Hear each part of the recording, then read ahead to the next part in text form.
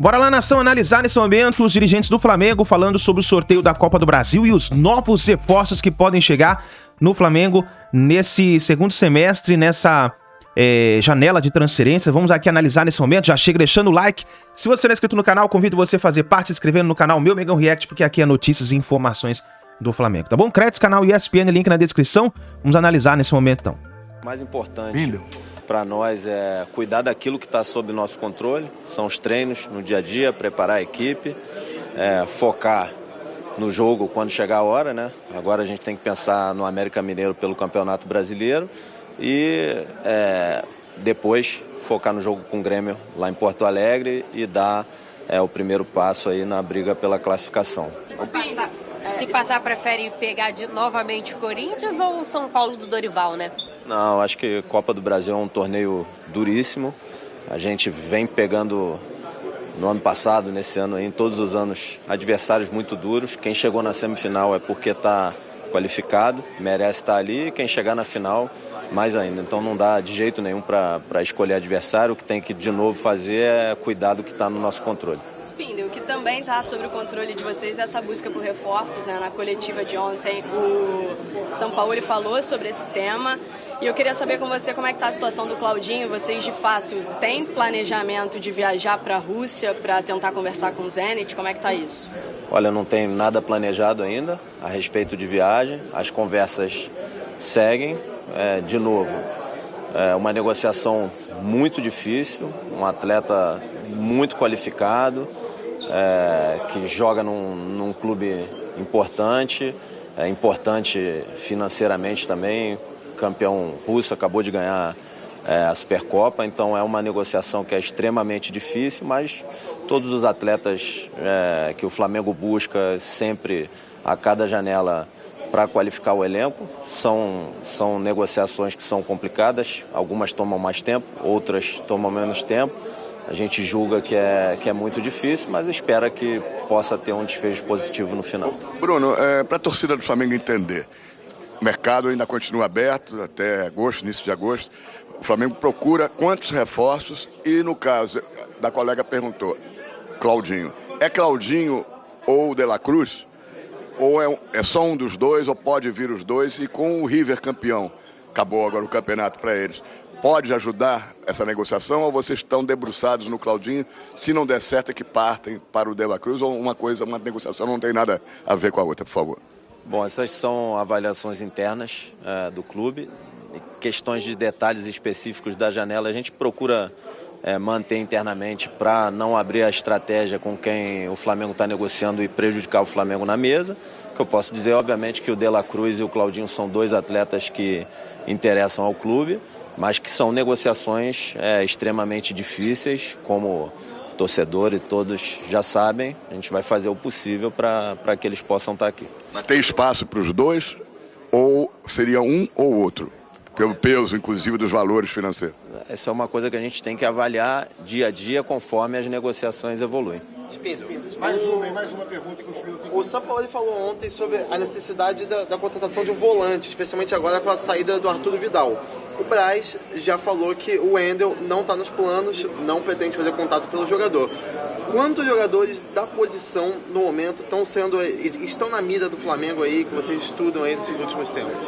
Olha, primeiro acho que cabe falar aqui que o Flamengo tem um elenco extremamente qualificado, atual campeão da Copa do Brasil, atual campeão da Copa Conmebol Libertadores, que está vivo na Copa do Brasil, estamos na semifinal da Copa do Brasil, nas oitavas da Libertadores e em segundo no Brasileiro. Então estamos disputando todas as competições, todo o esforço possível dentro das possibilidades do Flamengo para qualificar o elenco a gente vai fazer. Dois nomes que a gente tenta, o torcedor e todos já sabem, como eu falei, o De La Cruz e o Claudinho. E aí são negociações complicadas, que a gente não tem o total controle, tem outras partes do outro lado da mesa, então só a gente vai poder dizer alguma coisa mais específica conforme evoluir, a gente conseguir saber quais são as condições finais do negócio, se vai ser possível ou não. Vocês receberam a proposta do Crystal Palace pelo Matheus França? Como é que está essa situação dessa possível saída dele? Olha, é um jogador que a gente acabou de renovar contrato, é uma das joias da nossa base. A gente conta com o jogador, qualquer proposta que o Flamengo recebe, até por educação, a gente avalia e responde. A gente ainda não respondeu a proposta do Crystal Palace, mas a gente vai avaliar e vai responder no tempo e da forma que a gente julgar adequada. Mas, de novo, ele é uma das joias da nossa base, é um atleta que já faz parte do elenco profissional do Flamengo, que a gente acabou de renovar contrato, tem contrato longo, a gente conta com ele no nosso elenco, mas vamos avaliar com cuidado e responder no tempo que a gente julgar adequado. Ripada nele, mas ripada essa bom. foi sensacional. E o juizão tem que ir no VAR para ver que isso aí é vermelho. Sim, ele deu um amarelo. O Simon vai estar com a gente. Então, o que acontece? É isso. Aí que a gente vai chegar lá, inclusive no lance dos gols anulados. O árbitro é tanta falta que acontece no jogo que ele começa a deixar de dar, porque senão não tem jogo. Tá certo, tá errado, o Simon vai falar. Mas acaba levando a consequência que ele não dá 2 faltas e depois ele tem que anular os gols, porque o cara fala, ó, você não deu essa falta aí. Só que foi um jogo que toda bola, toda dividida era falta de um lado, praticamente toda dividida era falta. Se você perdia, chegava atrasado, ripava. E o árbitro passou a não dar tudo.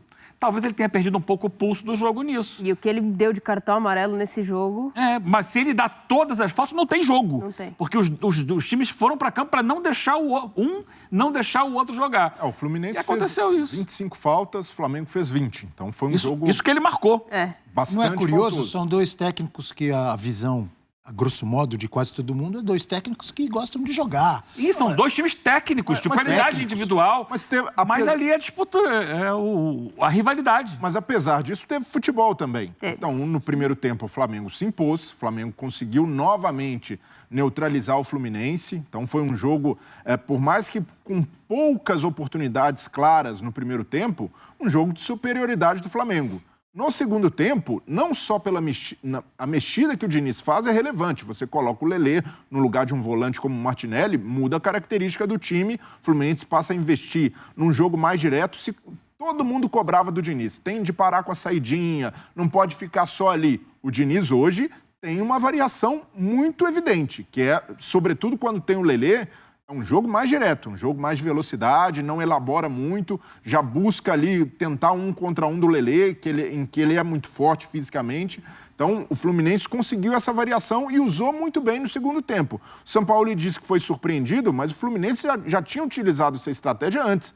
Contra o Red Bull Bragantino, por exemplo, o Fluminense ganha dessa forma, com um jogo muito direto e dando a bola para o adversário. Então, o Diniz soube fazer essa leitura do que o time precisava, foi bem no jogo e a gente reclama de técnicos também. Poxa, os técnicos estão mais preocupados com a arbitragem, em ficar reclamando, não explicam o jogo. Os 2 técnicos deram argumentos muito bons e muito sólidos para defender suas escalações, suas mexidas e suas estratégias. E por isso foi um jogo equilibrado, porque o Fluminense fez a leitura, depois de ser relativamente, não digo que foi dominado, mas o Flamengo foi superior no primeiro tempo do que precisava melhorar. O Fluminense, no segundo, é ainda mais superior, tem uma vantagem muito evidente e aí pesou a vantagem física, como o Eugênio citou. O Flamengo vem de 2 jogos desgastantes, fora de casa, contra Palmeiras e contra o Atlético Paranaense, em campos em que ele não está acostumado a jogar sempre, em gramados sintéticos. Não que isso seja justificativa,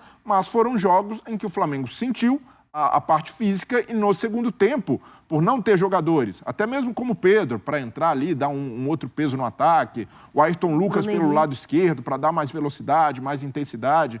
Então, por todos esses problemas físicos, o Flamengo acabou sucumbindo, mas foi um duelo interessante, de 2 bons técnicos, e eu não consigo crucificar o Sampaoli por essa queda do Flamengo, porque coloco na balança a questão física, assim como não crucifico o Diniz também pela forma como o Fluminense jogou no primeiro tempo, porque ele fez ali o que o Fluminense está acostumado a fazer, sua escalação clássica, não funcionou, mas no segundo tempo soube corrigir. O Fluminense teve até chance de sair com a vitória. Então, por tudo isso... Acrescenta aí na sua lista do Flamengo a ausência também do Bruno Henrique, né? Sim, o Bruno Henrique. Que vinha sendo um jogador muito importante. Para ser esse escape. Então, foi um jogo interessante, apesar de muito faltoso, interessante pela forma como os 2 técnicos foram lendo e tentando buscar alternativas para sair com a vitória. Natália Ferrão, você é minha esperança para responder a pergunta que ficou por muito tempo na tela. Qual técnico levou a melhor no duelo tático? Se quiser colocar a pergunta aqui de novo, coloca.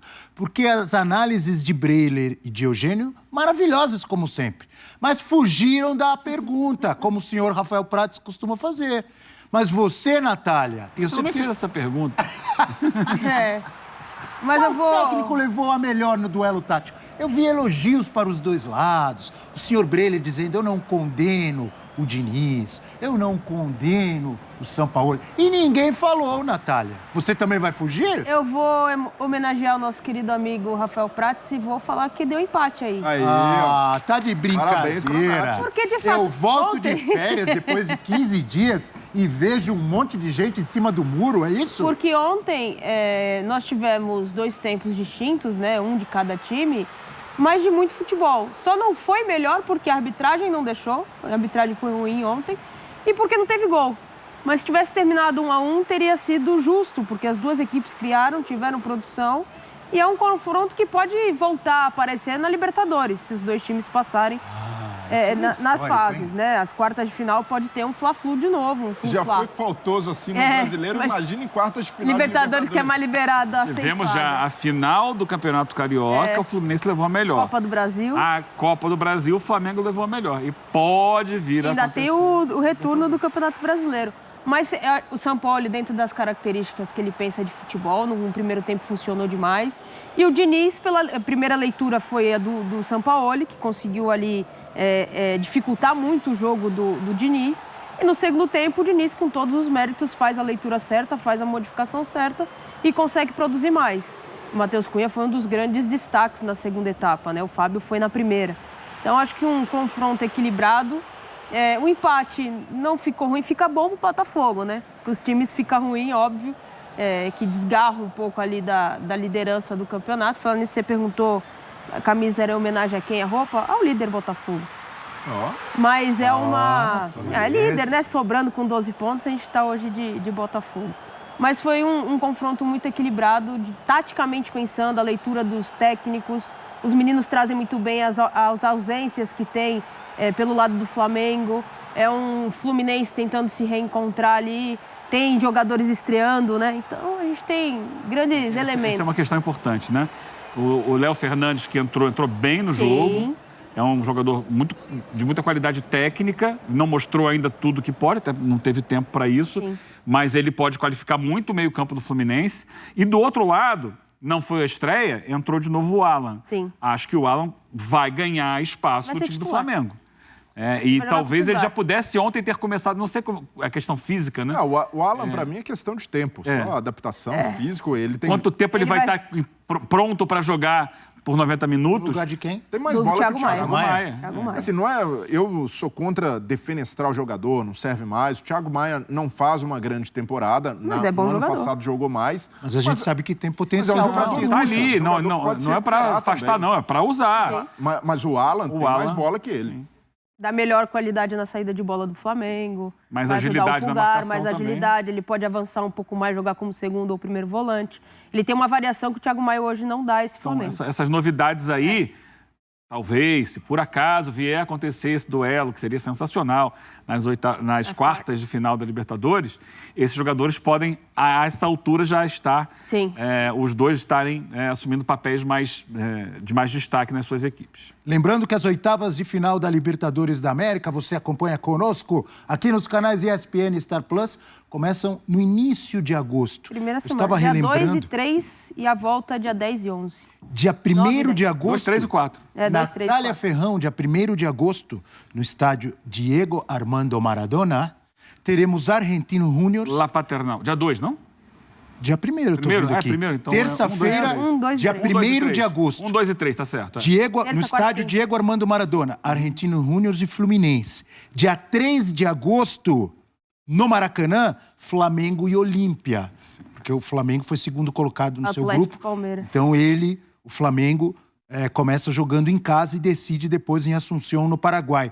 Por que eu trouxe esses confrontos? Porque estamos falando numa possibilidade de um Fla-Flu nas quartas de final. Mas a galera do Argentinos Júniors e do Olímpia estão todos de olho em vocês aí, que já estão colocando o Fla-Flu. Não, calma. Não falou que é uma existe possibilidade. a possibilidade. Seria bem interessante, seria voltar muito mais legal. sério. Mas não está ainda... Os dois têm que passar pelos seus adversários. Eu acho que o do Fluminense é mais difícil do que o do Flamengo. Embora o Flamengo tenha que decidir fora de casa. É uma loucura jogar o Defensores del Chaco, que a torcida do Olímpia faz lá. É uma festa incrível. E ano passado o Fluminense provou desse veneno. Sim. O Fluminense foi eliminado na fase preliminar da Libertadores, lá no Defensores del Chaco, no jogo que ele chegou... Rei de Copas, não é esse o apelido? É o Decano. Decano Olímpia? Decano do futebol paraguaio. Olímpia é o único time paraguaio com título internacional. Tem 3 Libertadores. Então tá aí, são as últimas informações do Flamengo. Vamos ficar ligado aí nos novos reforços do Mengão. E também na preparação do Flamengo aí para a Copa do Brasil e para a Libertadores da América. Vamos ver o que vai acontecer, né? A expectativa é que Claudinho venha para o Flamengo. Tomara que dê tudo certo para o Mengão. E aí o Flamengo começa praticamente ter um elenco recheado para poder disputar as 3 competições. Então é isso daí, nação. Grande abraço e a gente se vê daqui a pouquinho no próximo vídeo.